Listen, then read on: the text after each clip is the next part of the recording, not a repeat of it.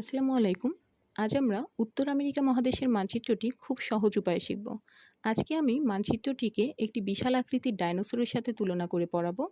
মানচিত্রটির দিকে ভালো করে লক্ষ্য করলে দেখা যাবে যে এটি আসলে দেখতে বিশাল আকৃতির একটি ডাইনোসরের মতো, এবং এই ডাইনোসরের মাথার দিকের অংশে রয়েছে গ্রিনল্যান্ড, মধ্যভাগে রয়েছে কানাডা, এবং নিচের দিকের এই সরু অংশটি হলো মধ্য আমেরিকা। এভাবে মনে মনে একটি ছবি কল্পনা করে নিলে পুরো মানচিত্রটি মনে রাখা খুব সহজ হয়ে যাবে। উত্তর আমেরিকা পৃথিবীর উত্তর ও পশ্চিম গোলার্ধে অবস্থিত। আয়তনের দিক থেকে এটি বিশ্বের তৃতীয় বৃহত্তম মহাদেশ। এর তিন দিকে তিনটি বিশাল মহাসাগর রয়েছে। উত্তরে আর্কটিক মহাসাগর, পূর্বে আটলান্টিক মহাসাগর এবং পশ্চিমে রয়েছে প্রশান্ত মহাসাগর। এই মহাদেশের ঠিক দক্ষিণে রয়েছে দক্ষিণ আমেরিকা মহাদেশ। উত্তর আমেরিকার প্রধান দেশসমূহের মধ্যে রয়েছে কানাডা। এটি উত্তর আমেরিকা মহাদেশের সবচেয়ে বড় দেশ এবং আয়তনে বিশ্বের দ্বিতীয় বৃহত্তম দেশ। সবচেয়ে বড় দেশ হলো কানাডা, উত্তর আমেরিকা মহাদেশের সবচেয়ে বড়, এবং কানাডার রাজধানী হলো অটোয়া।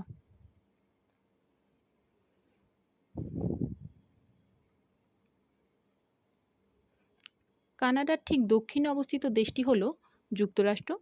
এটি এই মহাদেশের সবচেয়ে শক্তিশালী, উন্নত এবং জনবহুল দেশ। এর রাজধানী ওয়াশিংটন ডিসি।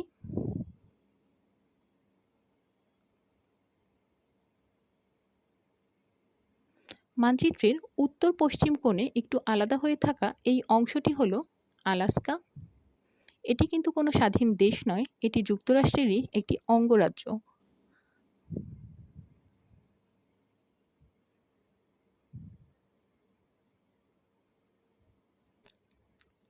আলাস্কার পশ্চিমে রয়েছে বেরিং প্রণালী। এটি উত্তর আমেরিকা মহাদেশকে এশিয়া মহাদেশ থেকে পৃথক করেছে।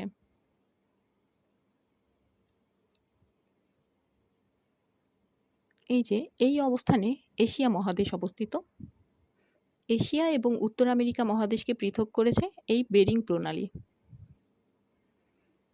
মানচিত্রের উত্তর পূর্ব দিকে ডাইনোসরের মাথার মতো যে বিশাল দ্বীপটি দেখা যাচ্ছে সেটি হলো গ্রিনল্যান্ড। এটি রাজধানীর নাম নুক। এটি পৃথিবীর বৃহত্তম দ্বীপ।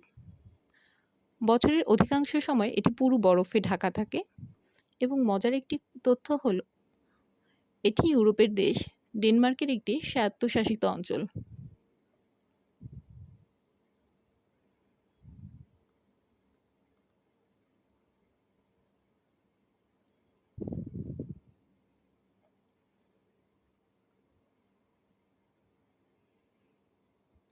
যুক্তরাষ্ট্রের ঠিক দক্ষিণে অবস্থিত দেশটি হলো মেক্সিকো।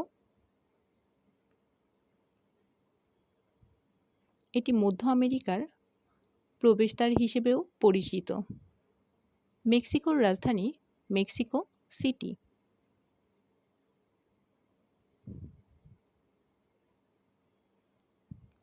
এই অঞ্চলেই প্রাচীনকালে বিখ্যাত মায়া সভ্যতার মূল কেন্দ্র গড়ে উঠেছিল।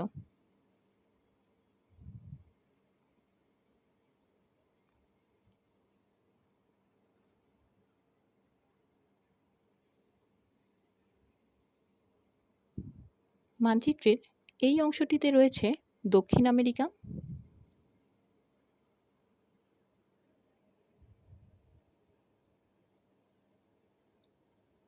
মেক্সিকোর দক্ষিণে এবং দক্ষিণ আমেরিকার ঠিক উপরে যে সরু ভূখণ্ডটি রয়েছে একে বলা হয় মধ্য আমেরিকা।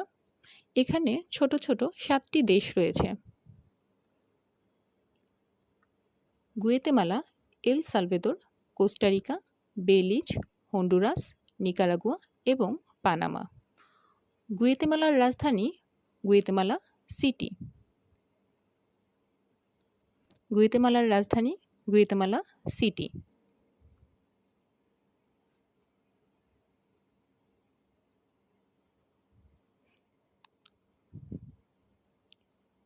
এল সালভেদরের রাজধানী সান সালভেদর।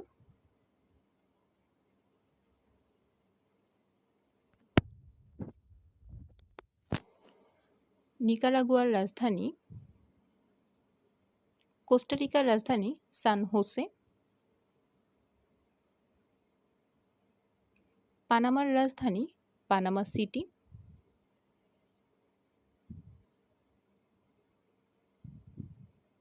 নিকারাগুয়ার রাজধানী মানাগুয়া, হন্ডুরাসের রাজধানী তেগুসিগালপা,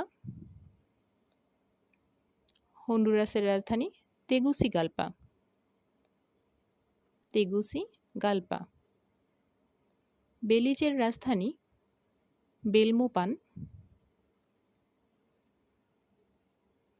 বেলিজের রাজধানী বেলমোপান। এই দেশগুলো উত্তর আমেরিকা ও দক্ষিণ আমেরিকার মধ্যে একটি ভৌগোলিক সেতু বা সংযোগ তৈরি করেছে।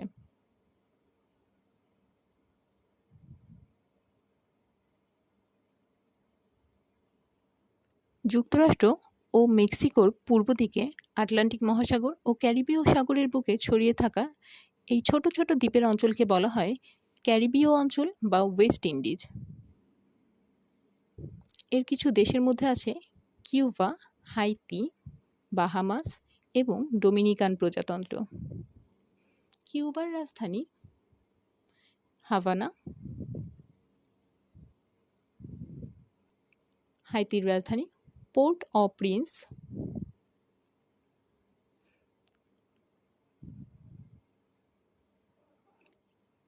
এবং রয়েছে বাহামাস ও ডোমিনিকান প্রজাতন্ত্র।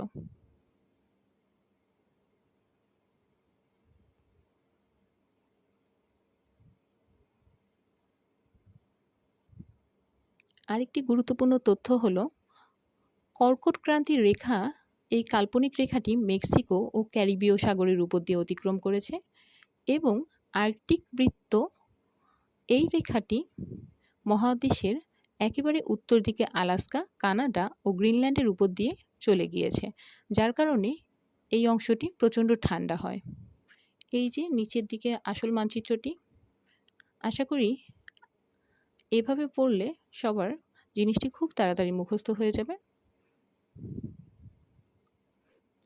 এই মানচিত্রের এই যে এখানে গ্রিনল্যান্ড, এখানে কানাডা, এখানে যুক্তরাষ্ট্র, এখানে মেক্সিকো, নিচে এই যে মধ্য আমেরিকান দেশসমূহ এবং এখানে ক্যারিবিয়ান অঞ্চল।